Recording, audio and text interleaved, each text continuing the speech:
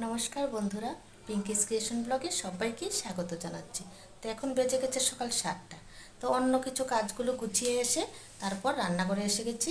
আর এদিকে বড়মশাই খেয়ে অফিসে যাবেন 8:30 নাগাদ। তো তাড়াতাড়ি দেখি কি রান্না করা যায়। তো এখানে আমি কিছু ঝিঙে আর আলু ভালো করে ধুয়ে পরিষ্কার করে কেটে নিয়েছি। আর এখানে মাছও কয়েক টুকরা ধুয়ে নিয়েছি ভালো করে। তারপর এর মধ্যে নুন, হলুদের গুঁড়া এবং সর্ষে তেল দিয়ে একটু সময় মেখে রেখে দেব।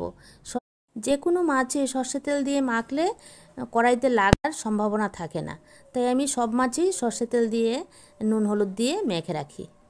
এখন আমি চুলার মধ্যে একটা কড়াই বসিয়ে নিয়েছি। কড়াইটা যখন গরম হয়ে যাবে তার মধ্যে সর্ষে তেল দিয়ে মাছগুলিকে একটু সময় ভেজে নেব। তো প্রথম পাশ হতে একটু সময় বেশি লাগে, 3 মিনিটের মতো লাগে। দ্বিতীয় পাশ 2 মিনিটেই হয়ে যায়। তো এভাবে আমি মাছগুলিকে ভেজে নিয়েছি। এদিকে আমি মাছ ভাজা কড়াইয়ের মধ্যেই 2টো শুকনো লঙ্কা এবং 5 ফোড়ন দিয়ে দিয়েছি। এগুলো একটু সময় ভাজা হয়ে গেলে এর মধ্যে ঝিঙেগুলো দিয়ে দেব।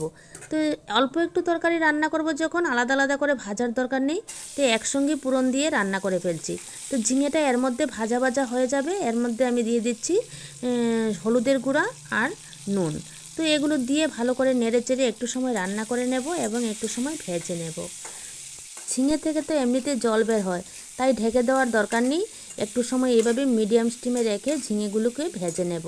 আর এর মধ্যে আমি নিয়েছি কিছু শুকনো লঙ্কা, কাঁচা লঙ্কা, আদা, টমেটো। এগুলো আমি একটা মিক্সিং জারে নিয়ে পেস্ট করে নেব। এর মধ্যে 1 চামচ জিরে গুঁড়ো, 1 চামচ ধনে গুঁড়ো দিয়ে দিয়েছি। যাই হোক, এদিকে আমার ঝিঙেটা ভাজা ভাজা হয়ে গেছে। আর আমি এখন আলুগুলোকে একটু সিদ্ধ করে রেখেছিলাম, এগুলো দিয়ে দিচ্ছি। এগুলো আলাদা ভাজার দরকার নেই, যেহেতু সিদ্ধ করে রেখেছি, তাই আর ঝিঙের সঙ্গে একসঙ্গে ভাজা হয়ে যাবে। এর জন্য আমি দিয়ে দিচ্ছি হলুদের গুঁড়া আর নুন। তো নুন দিয়ে একটু সময় ঝিঙে আর আলু একটু সময় এইভাবে ভেজে নেব।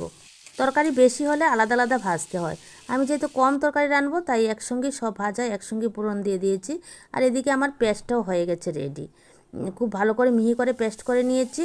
তো এই পেস্ট করা উপকরণগুলো আমি একসঙ্গেই দিয়ে দেব।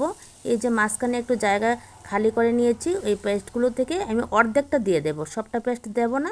আর একটা তরকারির জন্য অর্ধেকটা রেখে দেব। যাই হোক, এইভাবে আমি এগুলো দিয়ে একসঙ্গে আবার একটু সময় ভেজে নিচ্ছি মিডিয়াম থেকে হাই স্টিমে রেখে। তো ভালো করে ভাজা ভাজা হয়ে গেলে এর মধ্যে আমি জল দিয়ে দেব। আর জলটা আমি গরম করে নিয়েছি।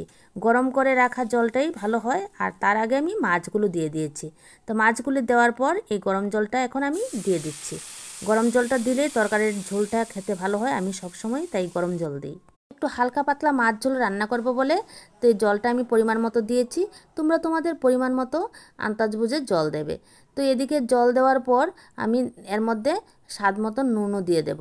তোমরাও তোমাদের স্বাদ মতো নুন দেবে, স্বাদ মতো লঙ্কা দেবে। যাই হোক, আমি আমার স্বাদ মতো নুনটা দিয়ে দিলাম। এখানে 1 চামচ দিয়েছি, ছোটো চামচ দিয়ে। তারপর তরকারিটা ভালো করে ফুটে গেলে এবার আমার রেডি হয়ে যাবে এই মাছের ঝোল। তো এইভাবে হালকা পাতলা মাছের ঝোল খেতে কারা কারা ভালোবাসো কমেন্টে অবশ্যই জানিও।